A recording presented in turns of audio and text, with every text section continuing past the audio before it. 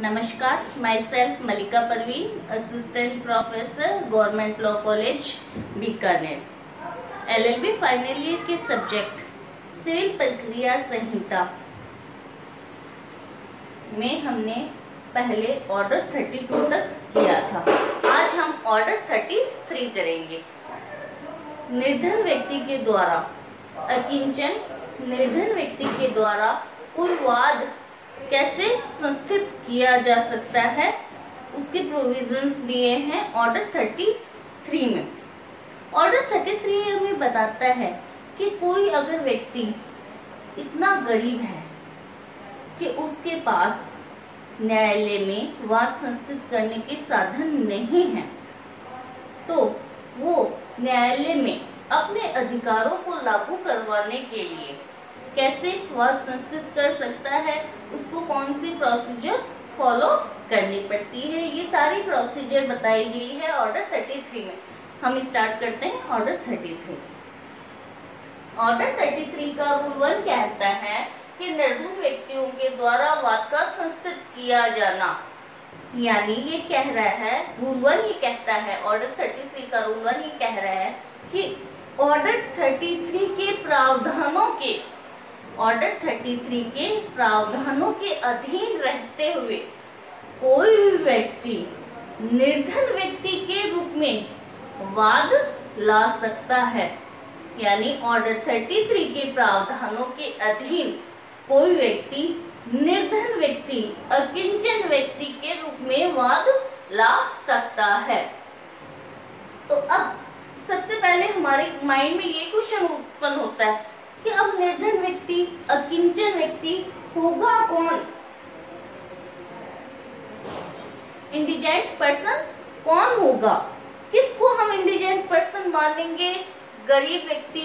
पूर्व व्यक्ति, किसको मानेंगे? तो ऑर्डर 33 का रूल 1 में स्पष्टीकरण एक्सप्लेनेशन दिया हुआ है। फर्स्ट एक्सप्लेनेशन में बताया हुआ है कि हम किस व्यक्ति को निर्धन व्यक्ति मान सकते हैं, अकिंचन व्यक्ति मान सकते हैं। तो स्पष्टीकरण में बताया है कि डेफिनेशन अगर कोई पूछ ले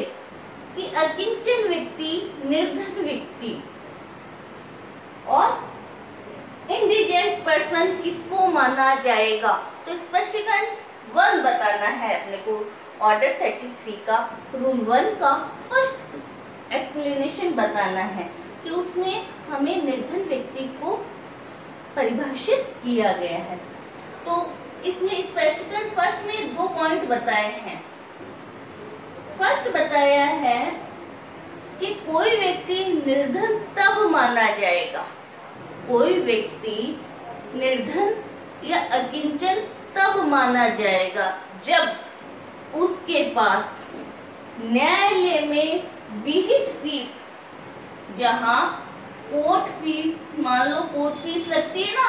कोर्ट फीस विहित की गई है, यानी फिक्स है, किसी वाद को संस्थित करने के लिए विहित की गई है, निर्धारित की गई है, विहित की गई है, और उसके पास विहित कोर्ट फीस जो विहित की गई है, जो निर्धारित की गई है कोर्ट फीस अधिनियम के तहत, एक्ट के तहत, और उसके पास कोई भी व्यक्ति जिसके पास विहित कोर्ट फीस, यानी अगर किसी वाद में निर्धारित कर दी गई है कि इस वाद के लिए इतनी फीस लगनी है, विहित यानी डिसाइडेड की गई है कि इस वाद के लिए इतनी फीस तो लगेगी। तो अगर किसी व्यक्ति के पास में वो विहित फीस ही ना हो, वो विहित फीस ही नहीं हो, यानी जहां पर न्यायालय में कोई वाद संस्थित करने के लिए कोर्ट फीस डिसाइडेड है और किसी व्यक्ति के पास वो डिसाइडेड रकम फीस नहीं है, जो कुर्की से छूट प्राप्त हो, डिक्री के निष्पादन में कुर्की से छूट प्राप्त या वाद की विषय वस्तु से भिन्न हो। इस लाइन को अपन यहाँ ना पढ़े तो इजी रहेगा। फर्स्ट पॉइंट में अपने को ये पढ़ना है कि जहाँ किसी वाद के लिए कोर्ट फीस विहित की गई है, यानी पहले से निर्धारित की गई है और किसी व्यक्ति के पास में वो निर्धारित फीस ही नहीं है, तो वो व्यक्ति अकिंचन इंडिजेंट पर्सन, अकिंचन गरीब व्यक्ति माना जाएगा। सेकंड पॉइंट आइए आता है कि जहां पर कोर्ट फीस विहित नहीं है, कोर्ट फीस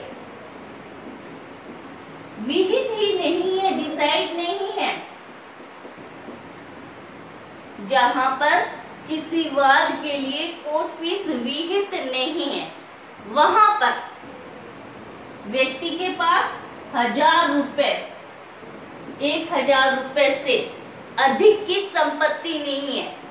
वो भी क्या है, डिग्री के निष्पादन में कुर्की से छूट प्राप्त, यानी अगर कोई उसके पास ऐसी संपत्ति है 1000 रुपए से अधिक की कोई संपत्ति नहीं है, इसके अलावा डिग्री के निष्पादन एग्जीक्यूशन में, निष्पादन में कुर्की से छूट प्राप्त, कुर्की से छूट प्राप्त संपत्ति, ठीक है। सेकंड पॉइंट आता है इसमें, वाद की विषय वस्तु से भिन्न, वाद की विषय वस्तु से भिन्न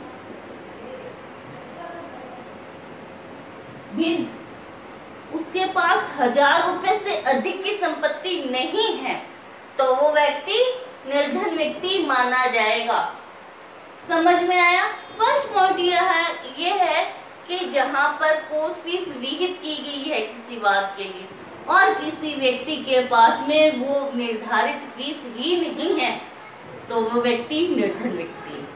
सेकंड पॉइंट ये आ रहा है कि जहां कोर्ट की फीस विहित नहीं है, डिसाइड नहीं है, तो वहां किसी व्यक्ति के पास में डिग्री के निष्पादन में कुर्की से छूट प्राप्त संपत्ति, यानी बाकी के तो क्या है, डिग्री के एजुकेशन में क्या कुर्क होने वाली संपत्ति है, डिग्री के निष्पादन एग्जीक्यूशन में कुर्क होने वाली संपत्ति है। मान लो उसके पास ऐसे तो करोड़ों रुपए की संपत्ति है, लेकिन वो क्या है, कुर्क होने वाली संपत्ति, ठीक है। यह वाद की विषय वस्तु से भिन्न, वाद की जो जिस विषय वस्तु का वाद ला रहा वही करोड़ रुपए की है मान लो, उसके अलावा उसके पास कोई संपत्ति नहीं है 1000 रुपए से अधिक की, यानी मिनिमम उसके पास में क्या है, डिग्री से निष्पादन में छूट प्राप्त संपत्ति या वाद की विषय वस्तु से भिन्न 1000 रुपए से अधिक की कोई संपत्ति नहीं है, तो वो व्यक्ति निर्धन व्यक्ति के रूप में, इंडिजेंट पर्सन के रूप में वाद ला सकता है, अकिंचन के रूप में वाद ला सकता है। आई होप आपको समझ में आया होगा कि निर्धन व्यक्ति किसको माना जाता है, ठीक है। क्या फर्स्ट पॉइंट ये आता है कि जिसके पास विहित फीस नहीं है। सेकंड पॉइंट कि जहां फीस ही विहित नहीं है वहां उसके पास 1000 रुपए से अधिक की संपत्ति, ब्रैकेट में लिखना है, डिग्री के निष्पादन में कुर्की से छूट प्राप्त या विषय वस्तु से भिन्न कोई संपत्ति नहीं है, यानी 1000 रुपए से अधिक की उसके पास इन दो के अलावा कोई संपत्ति नहीं है, तो वो व्यक्ति निर्धन व्यक्ति माना जाएगा। अब निर्धन व्यक्ति बोल रही हूँ मैं, तो क्या इसमें सिर्फ प्राकृतिक पर्सन ही शामिल है या आर्टिफिशियल पर्सन, कृत्रिम व्यक्ति भी शामिल है क्या? हाँ, इसमें लीगल पर्सन भी, विधिक व्यक्ति भी शामिल है, कोई कंपनी है, कोई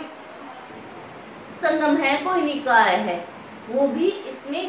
यानी व्यक्ति, कोई कंपनी भी निर्धन व्यक्ति के रूप में वाद ला सकती है,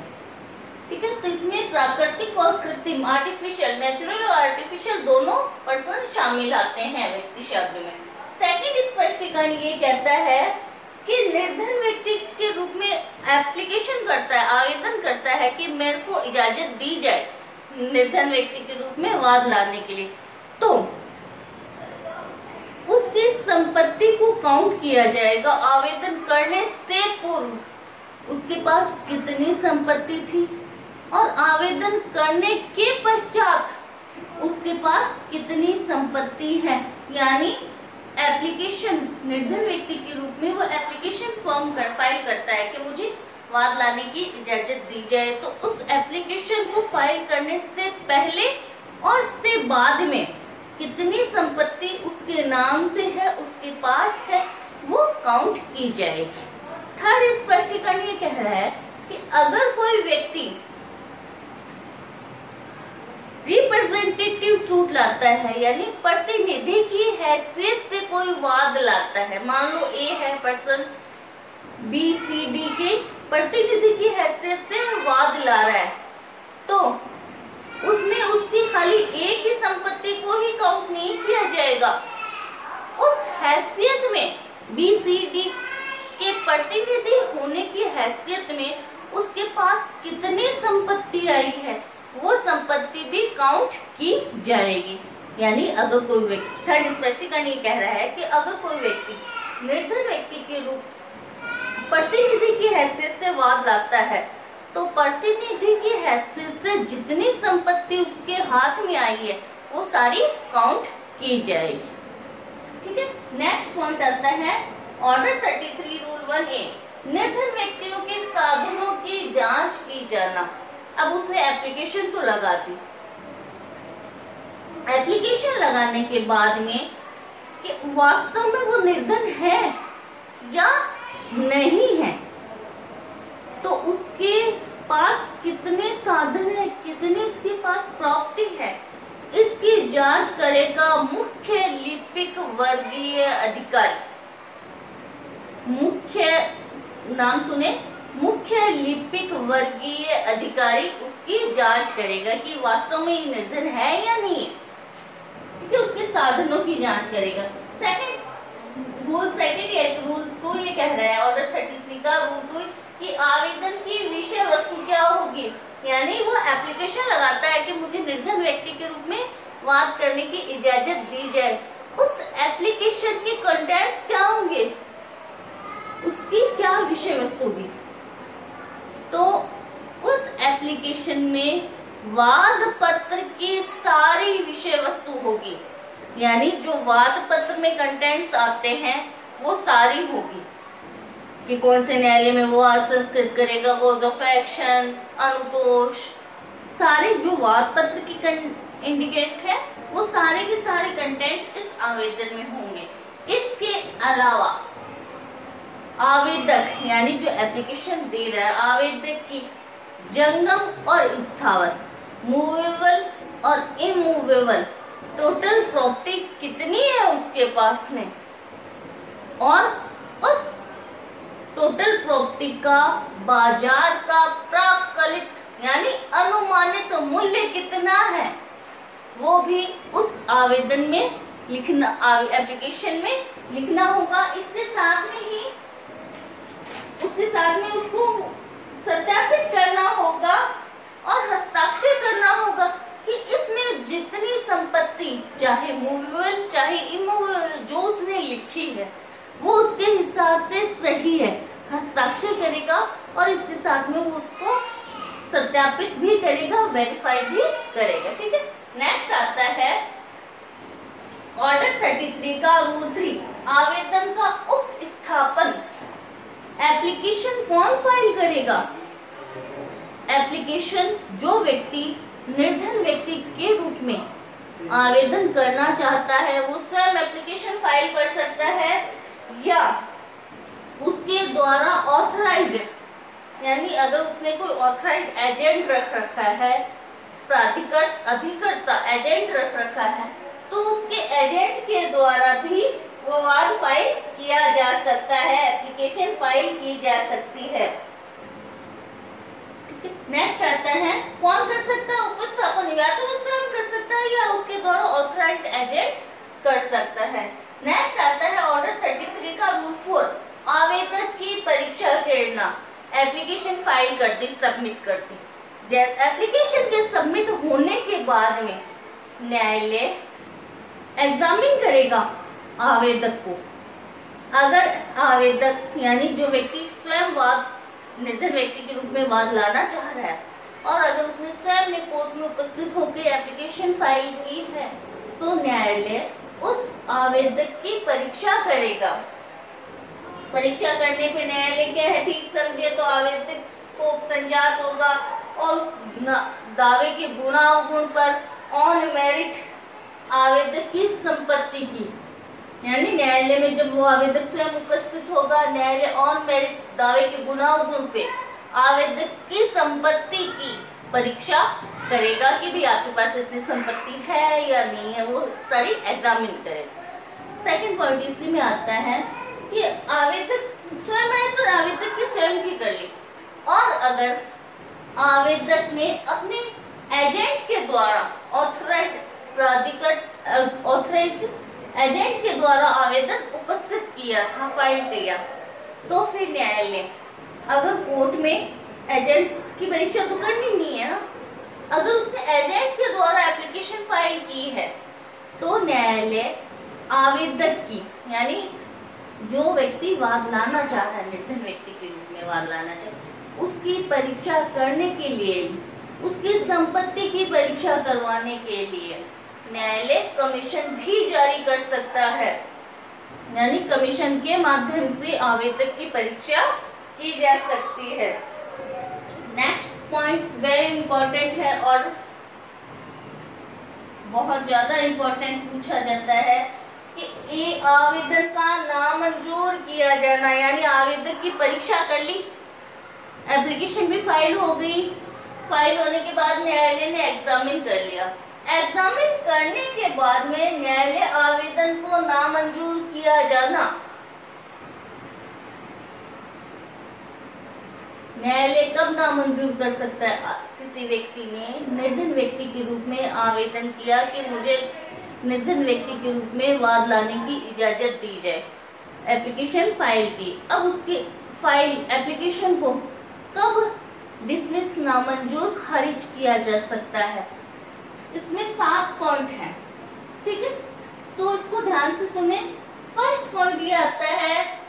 कि उसने जो एप्लीकेशन लगाई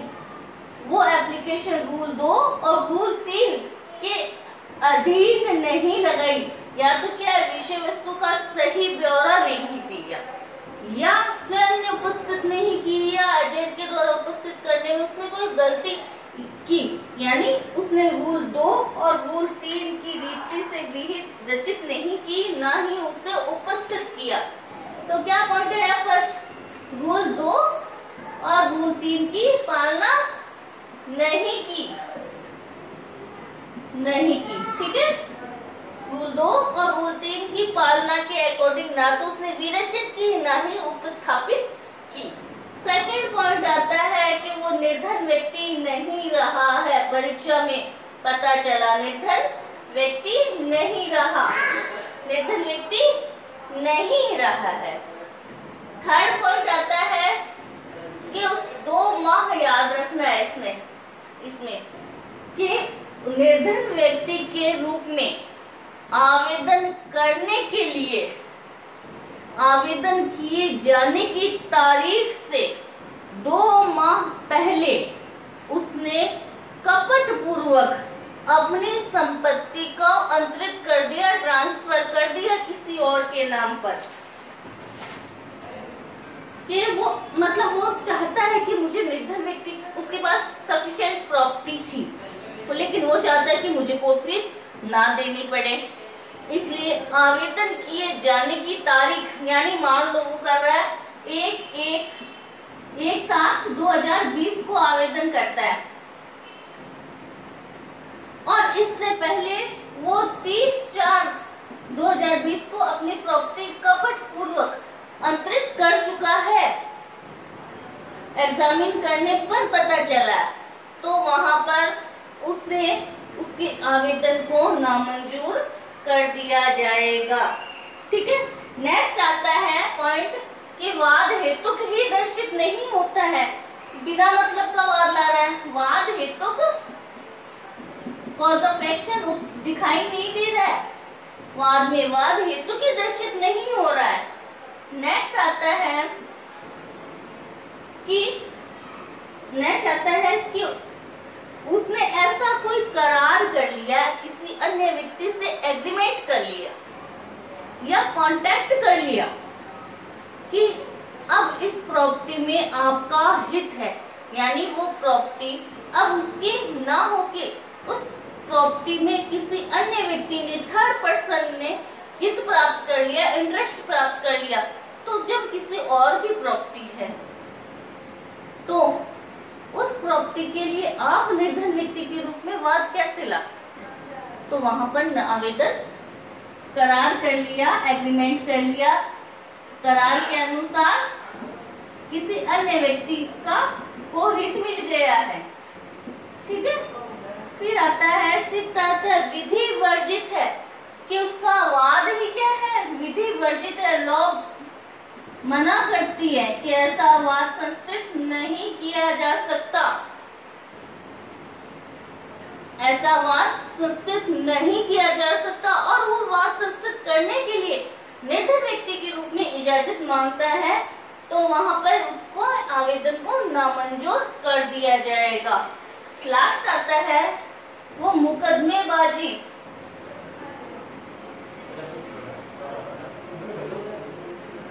मुकदमेबाजी का वित्त पोषण करता है, यानी उसने किसी अन्य व्यक्ति से करार कर लिया, एग्रीमेंट कर लिया कि वो मुकदमेबाजी का वित्त पोषण करेगा, यानी मुकदमे को बढ़ावा देगा। तो इन 7 आधार में से अगर कोई भी आधार न्यायालय को लगता है तो न्यायालय उसके आवेदन को नामंजूर कर देगा, फिर उसे इजाजत नहीं दी जाएगी, एप्लीकेशन को खारिज कर देगा, डिसमिस कर देगा। नेक्स्ट, अगर वो यहाँ पर खारिज नहीं, नामंजूर नहीं करता है, यानी एप्लीकेशन स्वीकार कर ली, तो स्वीकार करने के बाद में रूल 6 की प्रोसीजर चालू होती है। रूल 6 यानी ए व्यक्ति कहता है कि मुझे निर्धन व्यक्ति के रूप में वाद लाने की इजाजत दी जाए, उसका आवेदन एक्सेप्ट हो जाता है, नामंजूर खारिज नहीं होता, तो इसके विरुद्ध बी व्यक्ति यानी जिसके विरुद्ध वो वाद संस्कृत करना चाहता है, तो न्यायालय जब आवेदन एक्सेप्ट हो गया तो न्यायालय आवेदक की निर्धनता के बारे में साक्ष्य लेने के लिए 10 दिन की सूचना देगा कि आप ये साक्ष्य, ये एविडेंस कलेक्ट करें कि ये निर्धन व्यक्ति नहीं है, यानी जो व्यक्ति निर्धन व्यक्ति के रूप में आवेदन करना चाहता है उसके विरोधी पक्षकार को न्यायालय 10 दिन का कम से कम सूचना देगा कि 10 दिनों के बाद में आप ये साक्ष्य न्यायालय में प्रस्तुत कर दे, यानी साक्ष्य डाटा एविडेंस कलेक्ट करने के लिए 10 दिन का न्यायालय उसे टाइम देता है। तो रूल 6 में 10 दिन का टाइम याद रखना पे। रूल 7 10 दिन का टाइम दे दिया, साक्ष्य कलेक्ट हो गए, कलेक्ट होने के बाद में सुनवाई की जाती है, सुनवाई की जाती है। तो सुनवाई करते समय क्या करता है न्यायालय, दोनों पक्षकारों वादी और प्रतिवादी के साक्ष्यों की, के विटनेस की परीक्षा करता है, इसके साथ में आवेदक की भी परीक्षा करता है। तो जहां पर विटनेस की परीक्षा हो रही है, विटनेस की परीक्षा में सिर्फ और सिर्फ उनसे कौन से क्वेश्चन पूछे जा सकते हैं, निर्धन व्यक्ति नहीं है, 2 माह पहले उन्होंने संपत्ति का अंतरण कर दिया था, या करार के अधीन अन्य व्यक्तियों का को हित मिल गया था ट्रांसफर। तो दोनों पक्षकारों के जो साक्षी विटनेस उपस्थित होते हैं उनकी परीक्षा सिर्फ इन 3 आधारों पे होती है कि वो निर्धन व्यक्ति नहीं है, 2 माह पहले कपटपूर्वक उसने संपत्ति को ट्रांसफर कर दिया, या किसी अन्य व्यक्ति ने हित प्राप्त कर लिया। लेकिन आवेदक की परीक्षा सभी आधारों पर की जा सकेगी। साक्ष्यों की परीक्षा सिर्फ 3 आधार पे होती है, और जबकि जो आवेदक उपस्थित होता है उसकी परीक्षा रूल 5 के जो 7 आधार है उन 7 आधारों में से किसी के आधार पर भी की जा सकती है। इसके बाद में परीक्षा कर सुनवाई करने के बाद में न्यायालय तय करता है कि ये निर्धन व्यक्ति के रूप में वाद ला सकता है नहीं ला सकता। न्यायालय डिसाइड करता है कि वाद लाने की इजाजत निर्धन व्यक्ति के रूप में वाद लाने की इजाजत दी जाए या नहीं दी जाए। नेक्स्ट हम ऑर्डर 33 के रूल 8 से लेके 18 तक नेक्स्ट वीडियो में पढ़ेंगे। Thank you so much.